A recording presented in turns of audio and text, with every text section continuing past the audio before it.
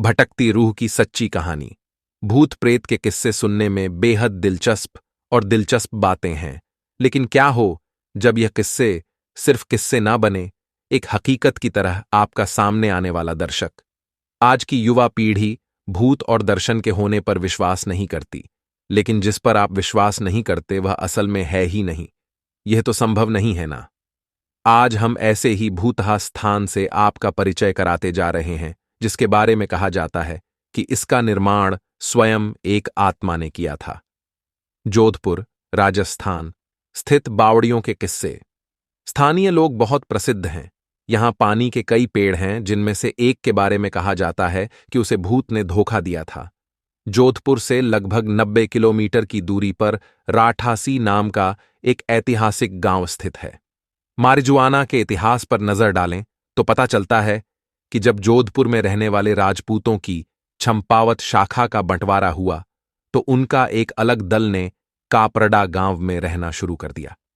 लेकिन इस स्थान पर रहने वाले युवा राजकुमारों ने गांव में साधना करने वाले साधु महात्माओं को परेशान करना शुरू कर दिया।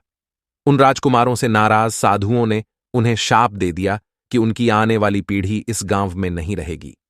साधुओं के श्राप की जब राजकुमारों ने अपने घर में यह बात बताई कि सभी लोग चले गए और वह गांव चले गए। इस गांव को ठीक करने के लिए उसने जिस गांव में रहना चाहा, उस गांव का नाम रथसी गांव है।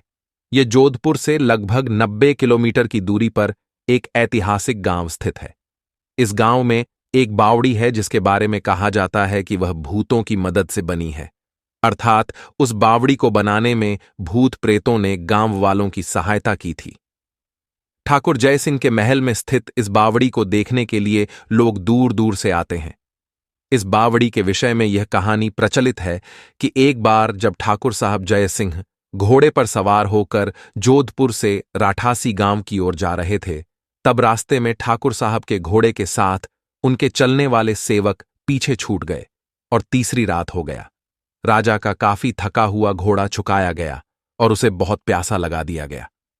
रास्ते में एक तालाब को देखकर ठाकुर जय सिंह अपने घोड़ों को पानी पिलाने के लिए ले गए।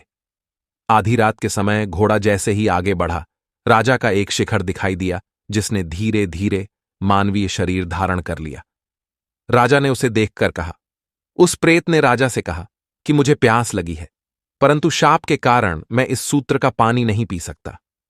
राजा ने उस प्रेत को पानी पिलाया और राजा की दयालुता को देखकर प्रेत ने उससे कहा कि वह जो भी मांगेगा वह उसे पूरा कर देगा। राजा ने प्रेत से कहा कि वह अपने महल में एक बावड़ी का निर्माण कराए और अपने राज्य को सुंदर बना दे। के आदेश को स्वीकार करते हुए कहा कि वो ये काम प्रत्यक्ष रूप से नहीं करेगा, लेकिन बाकी काम में भी उसे रात के समय 100 गुना और बढ़ोतरी मिलेगी। उस प्रेत ने राजा को यह राज्य किसी को न दिखाने के लिए कहा। इस घटना के 2 दिन बाद ही महल और बावड़ी की इमारत बनी। रात में पत्थर ठोंकने की रहस्यमयी आवाजें आ गईं। दिन प्रतिदिन निर्माण कार्य तेज गति से बढ़ने लगा, लेकिन रानी की जिद करने पर राजा ने यह राजरानी को बताया कि अंतिम निर्माण इतनी जल्दी कैसे पूरा हो रहा है। राजा ने यह भी पसंद किया कि राजरानी को सारा का काम यहीं रुका दिया गया। बावड़ी भी ज्यों की त्यों ही रह गई। इस घटना के बाद किसी ने भी उस बावड़ी को बनाने की कोशिश नहीं की। ये कहानी यहीं पर समाप्त हो रही है।